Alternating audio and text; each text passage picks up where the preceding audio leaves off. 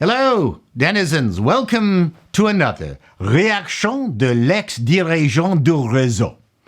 The subject of this video is how YouTube could potentially be the antidote to the woke-festation of our entertainment industry. I was curious to see if YouTube provided the economics to truly make a go of it as an independent producer. We already went through the webisode gold rush, which was a complete failure, except for the Guild, which I will be talking about later. But first, a bit of background. As a great fan and exploiter of technology, I've always been fascinated by the 5 stages of technological normalization. 1. New technology emerges. 2. Players with deep pockets panic to try to monopolize it through first mover status. 3. Tech press goes nuts over half-baked ideas and announces it as the second coming of Christ. 4. Spectacular failure because it was just too early to market. 5. Technology slowly improves over time, cheaper methods developed to commercialize it. Tech press bored and ignores it, quietly becomes ubiquitous, and we never knew what we would have done without it. This cycle laughably repeats itself over and over. The early attempts at streaming video were huge billion-dollar failures. Now we have our Fire Stick, Google TV, Apple TV, Roku devices connected through our home's Wi-Fi, no less. And we can stream high-quality video at the drop of a hat with access to an insane amount of content. But there's a problem. A return to the segmentation that we hoped streaming would end. I'm a cable cutter. We get most of what we want over the air and Netflix. But increasingly, there are shows on Amazon, Apple TV, and others that, I would like to see. We were furious with the cable companies and their forced bundles. It was easy to end up spending $200 a month when all you wanted was Blue's Clues. But then Hulu came along, and Amazon, Prime, Disney+, HBO Max, Peacock, Apple TV+, each charging a monthly fee along with all the specialty channels like Acorn TV for those who want a British TV fix. Frankly, I believe this has gotten totally out of control and is worse now than back in the bad old cable days. But is it sustainable for streamers to make original content? For all intents and purposes, they are no different from the studios. They have their gatekeepers, and they seem to be concentrating more and more on woke content few of us want to watch. Wouldn't an independent service that supports independent creators be the antidote to everything that's bad about the studios and the streaming services? The good news is that an independent distribution service exists. It's YouTube. The bad news is that YouTube hasn't realized it yet. And the existing model does not provide a sustainable revenue stream. But I'll get into that. Those of you who have visions of being an independent producer on YouTube will be interested in what I will be presenting. Those of you who have struggled to make independent content, you know it's not easy. We are all itching to get out from under the studios and those ridiculous studio casting decisions and notes. We are not looking to become millionaires. We just don't want to be kiting credit cards, asking for favors from our actor and crew friends, offering points that will never materialize, not properly contracting people, etc. It is possible under the YouTube model to survive and thrive. But come with me, and we'll find out together. First of all, let's look at some of the streamers' numbers.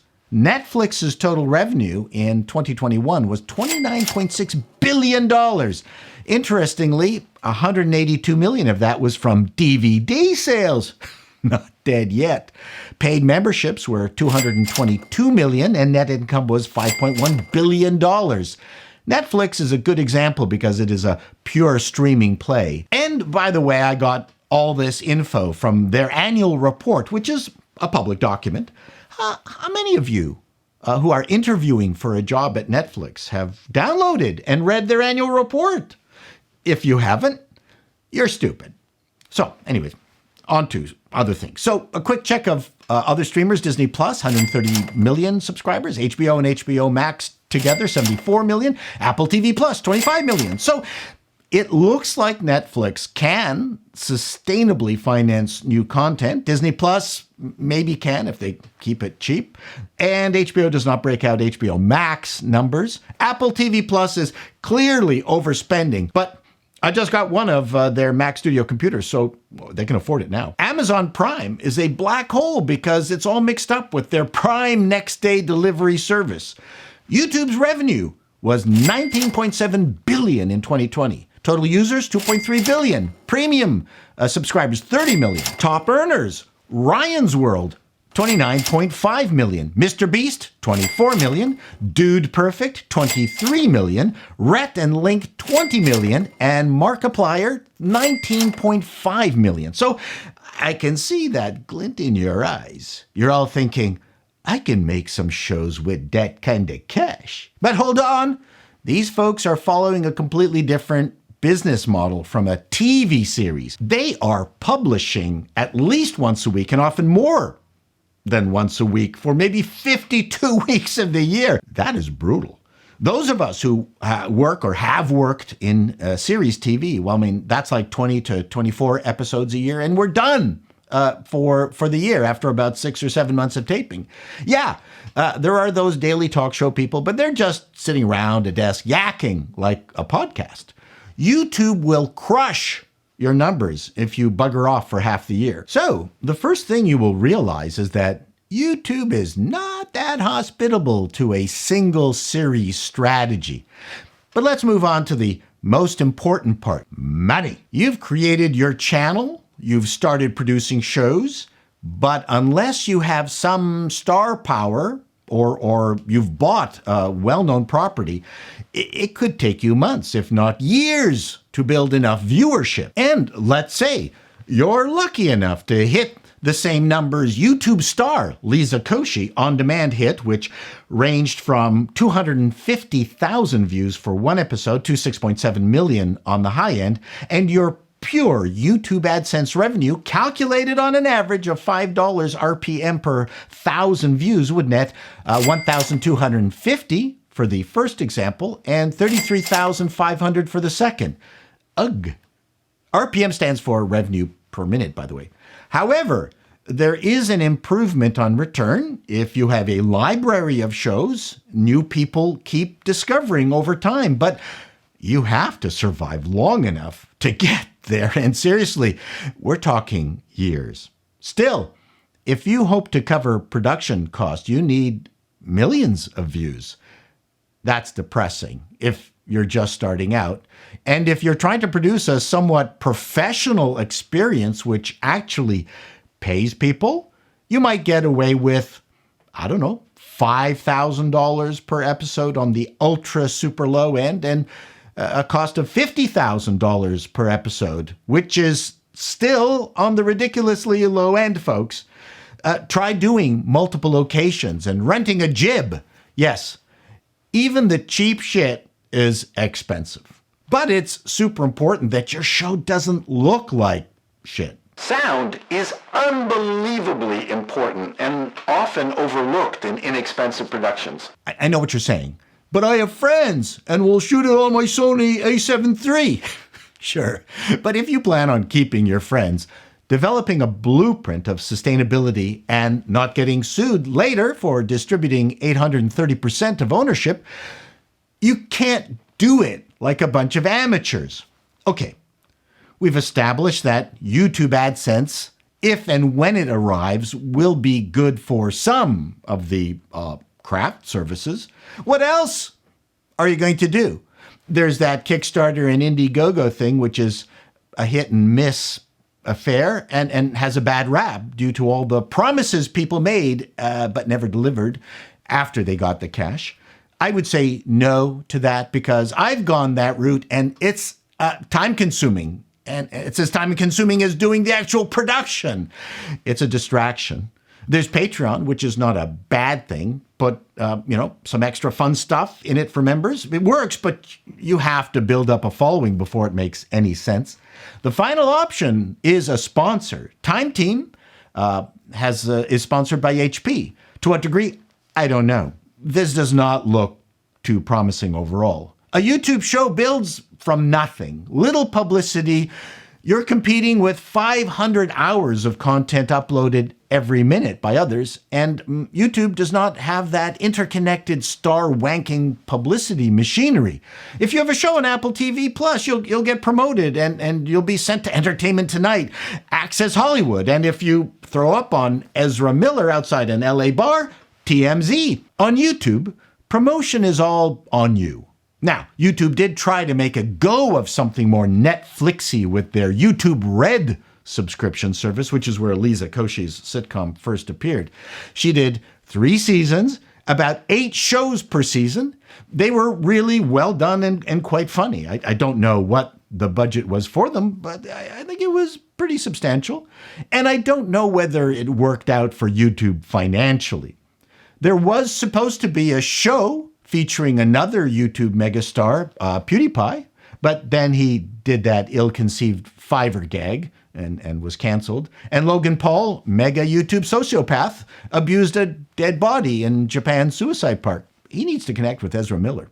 But did you know before YouTube killed off Red, they had financed or co-financed more than 114 TV series, about 85 original movies or documentaries, most of which you've never heard of? Well, except for one, Cobra Kai, which went off to Netflix and is a huge hit.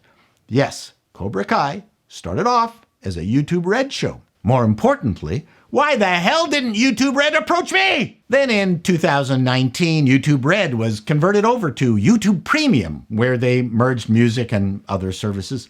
Near as I can see, most of the former Red shows are now available for free on the regular YouTube service. I sampled a bunch of them, professionally done. I really liked Wayne. First episode is at 86 million views as of the recording of this video. The rest are on Premiere and Amazon Prime. Weirdly. All I can say is that the management at YouTube are utterly incompetent. Red was canceled because they had only 1.5 million subscribers. What a surprise! It seems YouTube can't decide whether it's an ad-driven service or a specialty channel. YouTube Red went against brand. What were you thinking? It might also have been confused with porn channel RedTube, which someone told me about. Of course it was a failure. I've been watching YouTube since the beginning. No one thinks of YouTube as Netflix. And unfortunately, YouTube management had no fucking clue what an entertainment ecosystem required. Hey, YouTube, when you started Red, where was your Entertainment Tonight clone on regular YouTube with interviews and features to drive people to Red? And I think that's because YouTube is all about analytics and real-time audience stats, which are great, but you've got to put your fun hat on and get with the showbiz zeitgeist. In conclusion, there are new independent produced shows like Time Team that seem to be doing it right. A regular series that looks like the very popular original British TV show, because it is, but they duplicated the look and feel of it. It's professionally done with a history of viewership that has filled their Patreon coffers. They are sponsored, and so far their shows are doing about 300,000 views out of the gate for each episode. But to make it work, they will need to drive millions of views, which over time might happen.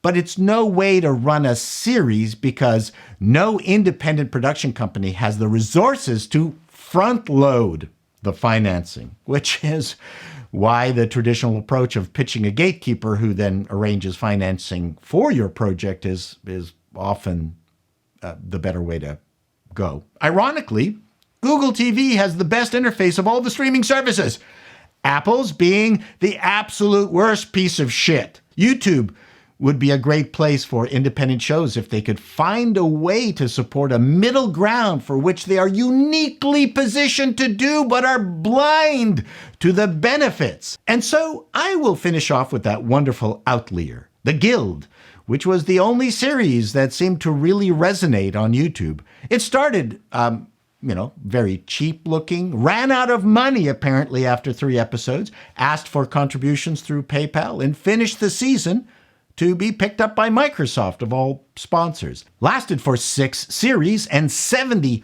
wonderful episodes. I loved it. One other property, Video Game High School, might be considered one of the few successful webisode series. Heck, I'd love to find out more about Star Trek Continues. You guys, my denizens, put me onto that show. I had never heard of it before, even though a good friend of mine, Robert Sawyer, actually wrote on it. That's my bad. Anyways, I saw it and I was shocked at how well it looked and how well it was done. So that was a long time ago. That show is pretty old. So how did it do on YouTube? How did its finances play out? I'd like to know. Anyone out there know? Please tell me. There you go. A very long and depressing conclusion for anyone who wants to fulfill their showbiz dreams without the grief of going to the big guys. It doesn't mean you shouldn't try, but your chances of having a hit on YouTube that will pay the bills is a very low percentage bet. Still, I can't help thinking there has to be a way to make it work. Maybe they just need better, more creative management. Till next time, denizens, be seeing you.